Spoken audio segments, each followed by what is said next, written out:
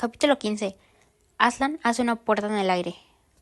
Al ver a Aslan, los soldados del marino se pusieron blancos como la cal. Les temblaban las rodillas y varios cayeron de bruces. No habían creído en los leones, lo que aumentaba su terror. Hasta los enanos rojos, que sabían que él venía en son de amistad, se quedaron con la boca abierta y sin hablar. Algunos enanos negros, que habían estado de parte de Nicabric, empezaron a escurrirse poco a poco.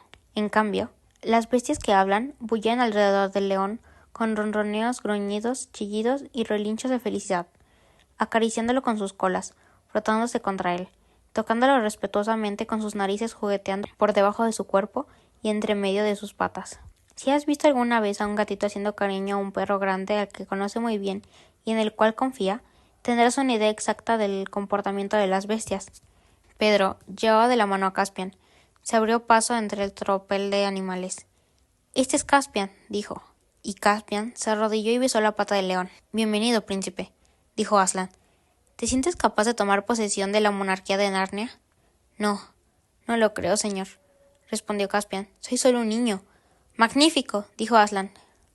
«Si hubieras dicho que te creías preparado, habría demostrado que no lo estás.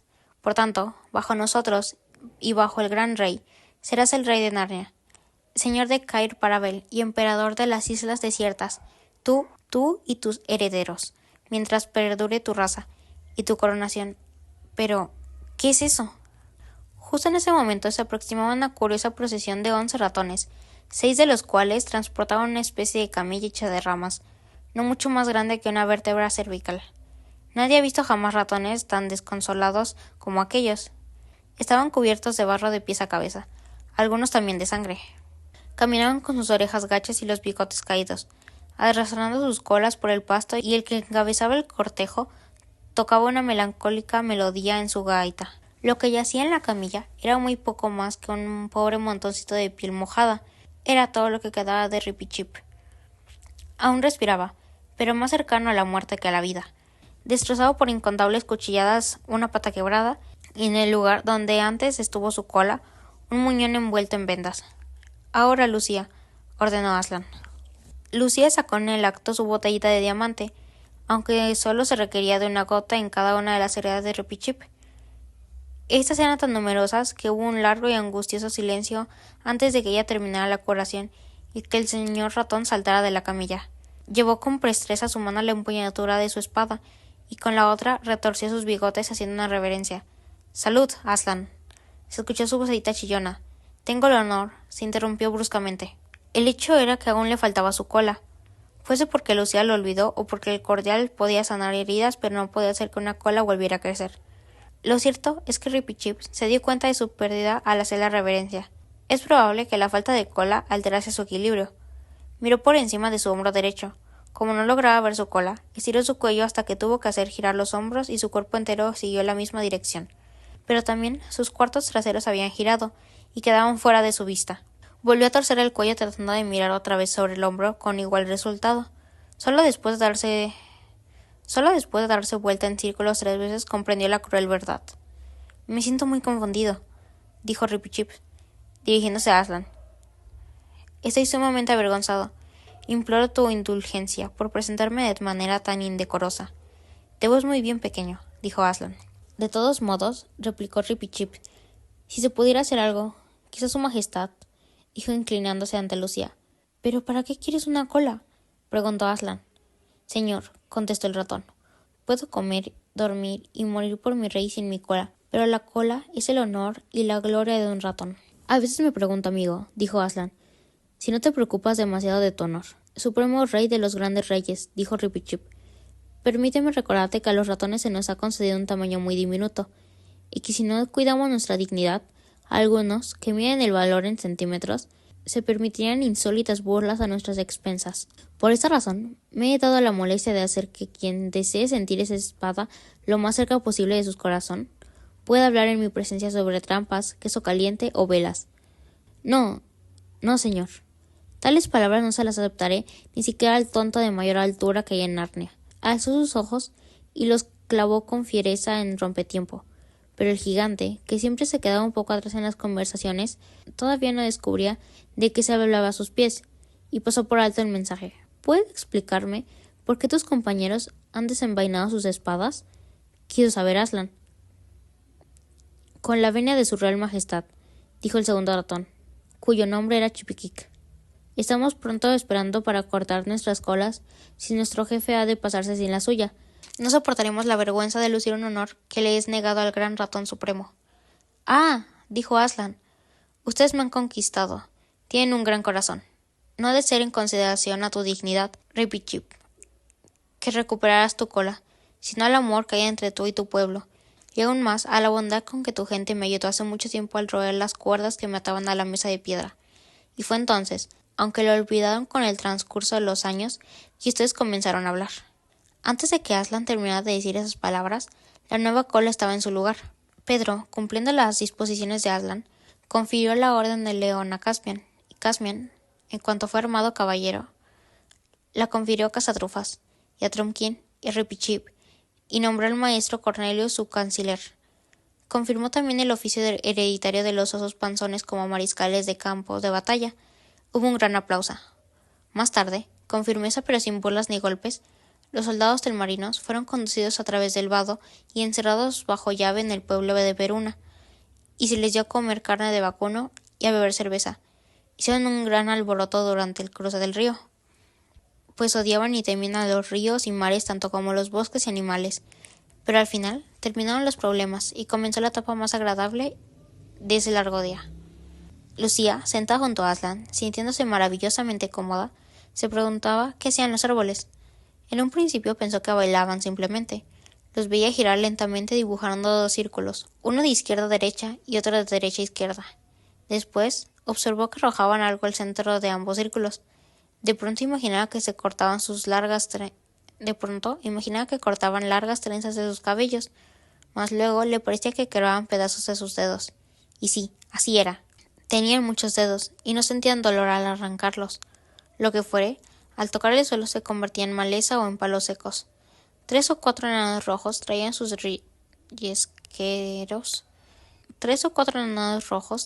yesqueros y prendieron una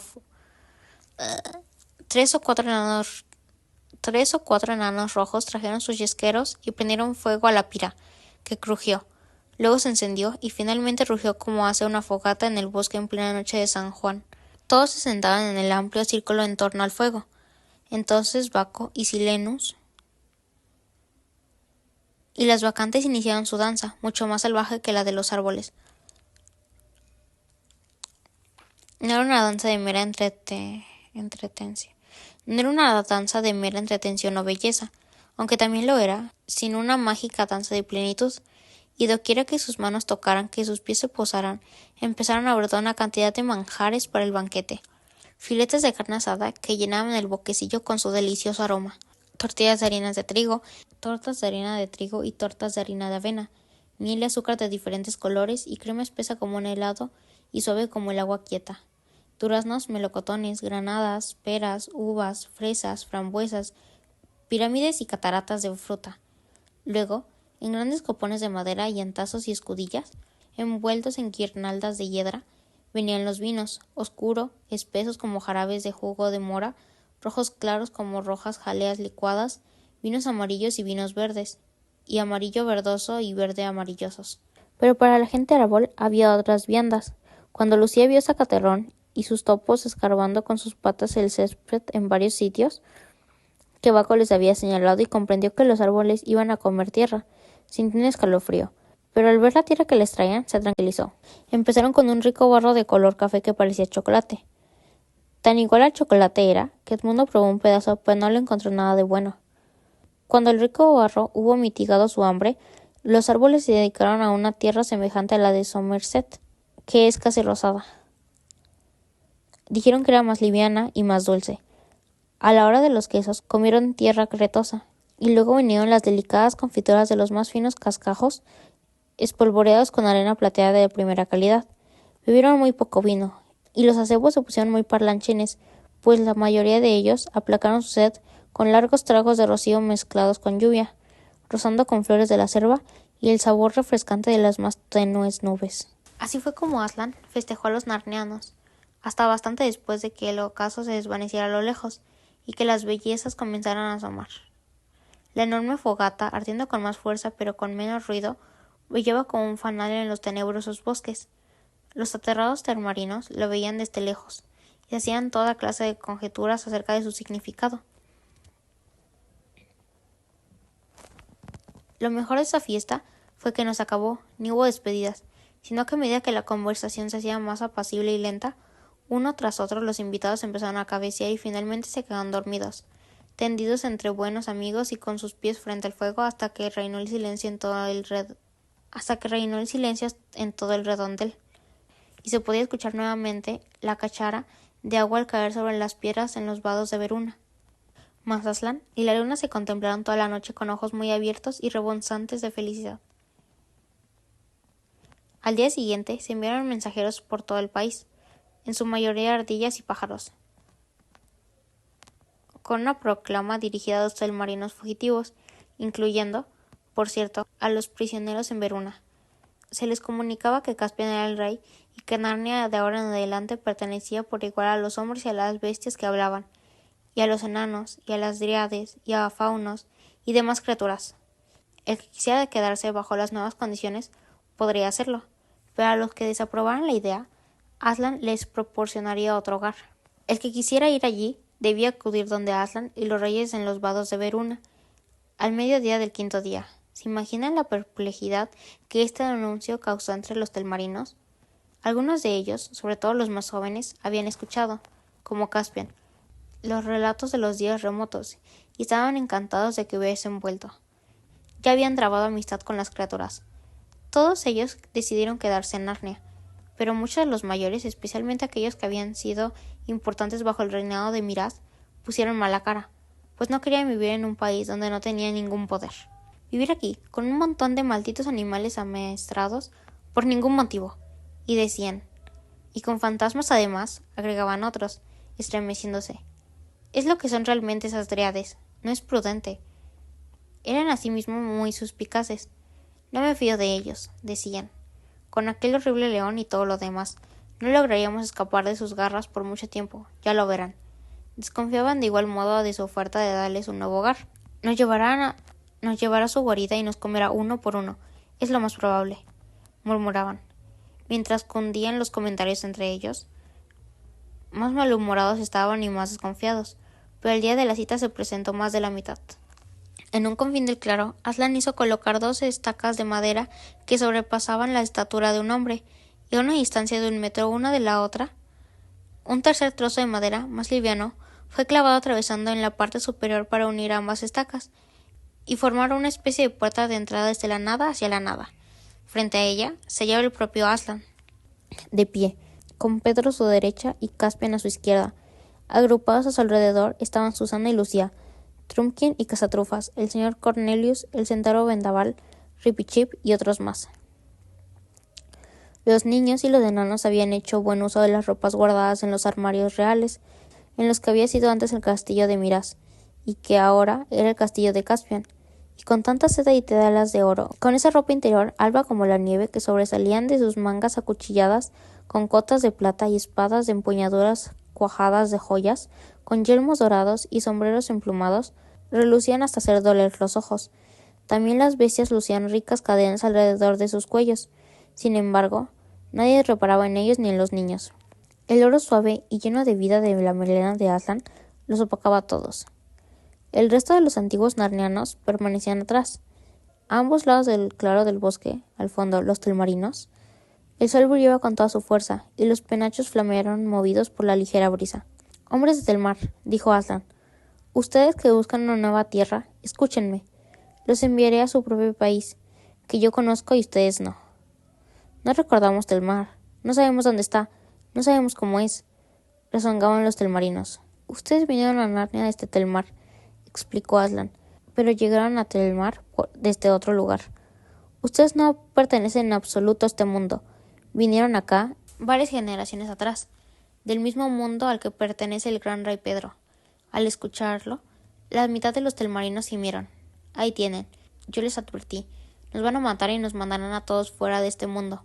Y los demás sacaron pecho y dándose golpecitos en la espalda, murmuraron: «Ahí tienen, deberíamos haber adivinado que no pertenecíamos a este lugar repleto de extrañas criaturas sucias e inmundas.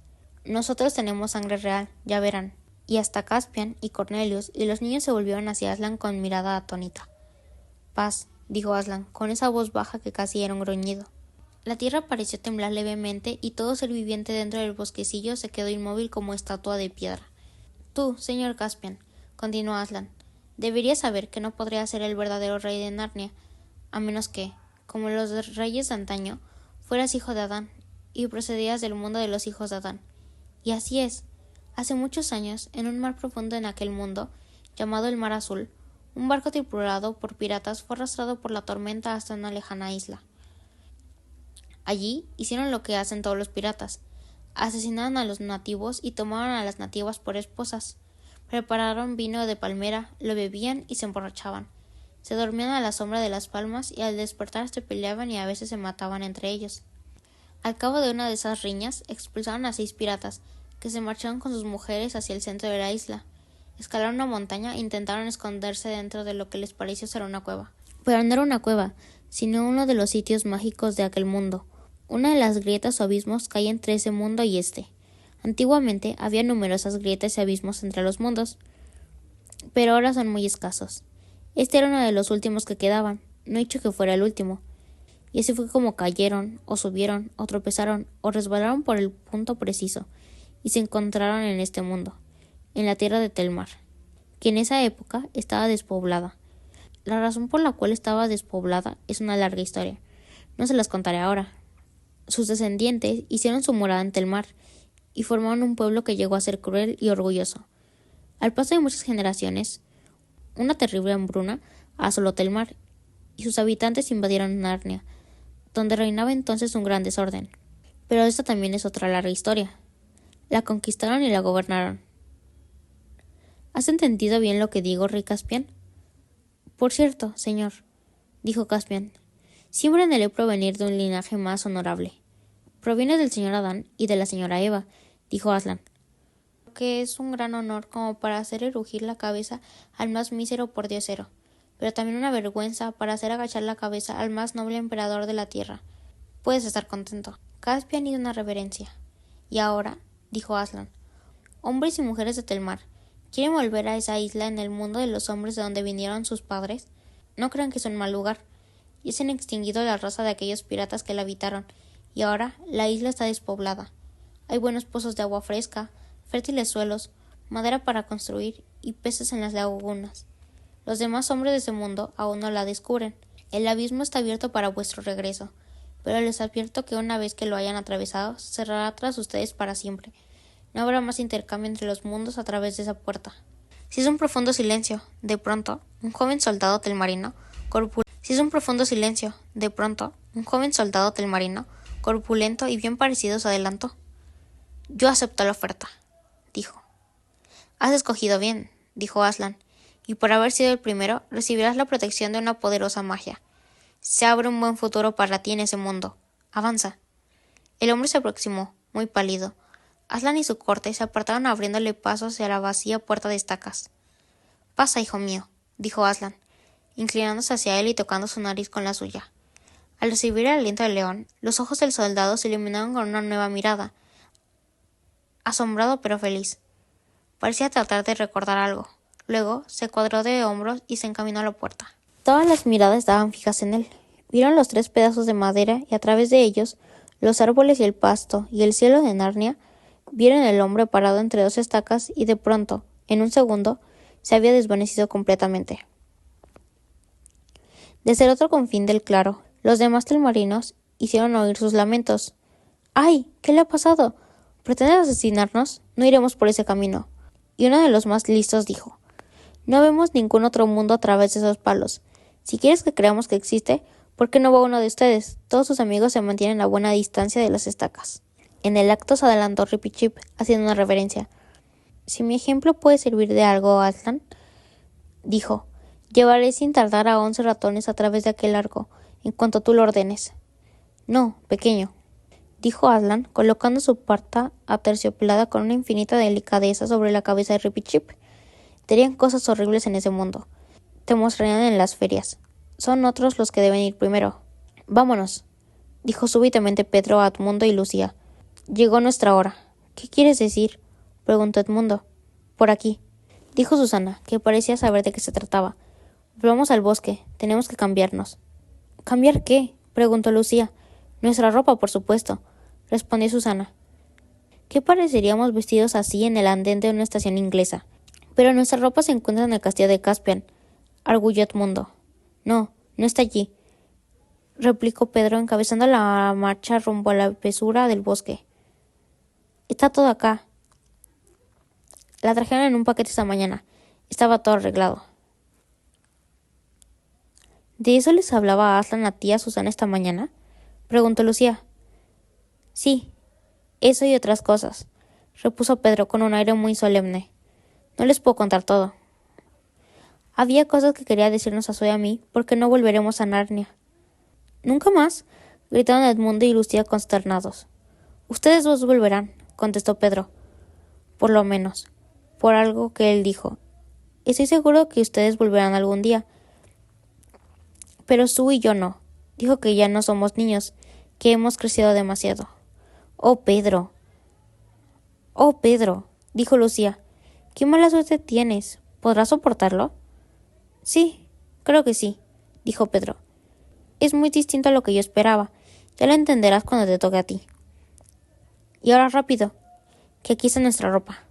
Era tan raro y harto desagradable quitarse sus ropajes reales y volver con los uniformes del colegio, bastante arrugados, ante la gran asamblea.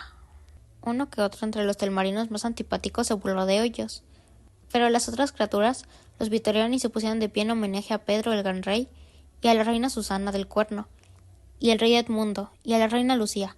La despedida fue muy cariñosa, y, de parte de Lucía, hubo lágrimas al decir adiós a todos sus viejos amigos. Recibieron besos de los animales, abrazos de los osos panzones, apretones de manos de Trumpkin y un último abrazo cosquilloso entre los bigotes de cazatrufas. Y por supuesto, Caspian ofreció a Susana devolverle su cuerno. Y por supuesto, Susana le dijo que lo guardara para él. Y luego llegó el momento maravilloso y terrible a la vez de despedirse de Aslan. Pedro tomó su lugar, mientras Susana apoyaba sus manos en los hombros. Pedro tomó su lugar, mientras Susana apoyaba sus manos en los hombros de Pedro, y Edmundo en los de ella, y Lucía en los de Edmundo, y el primer telmarino en los de Lucía. Y así, en una larga fila, caminaron hacia la puerta. Los momentos siguientes son difíciles de describir, ya que a los niños les parecía ver tres imágenes al mismo tiempo. Una era la boca de una cueva que se abría al deslumbrante verde y un azul de una isla en el Pacífico, a la que llegarían los telmarinos en cuanto cruzaran la puerta. La segunda era el claro del bosque de Narnia, las caras de los enanos y de las bestias, los ojos profundos de Aslan y las manchas blancas en las mejillas del tejón. Pero la tercera, que hizo desaparecer al instante las otras dos imágenes, era la gris superficie de ripio de un andén de estación de ferrocarril rural, un banco rodeado de baúles donde se encontraban ellos mismos sentados, como si jamás se hubieran movido de allí. El andén les pareció al principio un poco aburrido y triste, después de todas las aventuras que habían vivido, pero también inesperadamente agradable dentro de todo, gracias a ese olor familiar del tren y al cielo inglés, y al periodo de otoño que se avecinaba. Bueno, dijo Pedro, lo pasaremos harto bien. ¡Qué tonterías!, exclamó Edmundo. Dejé mi linterna nueva en Narnia.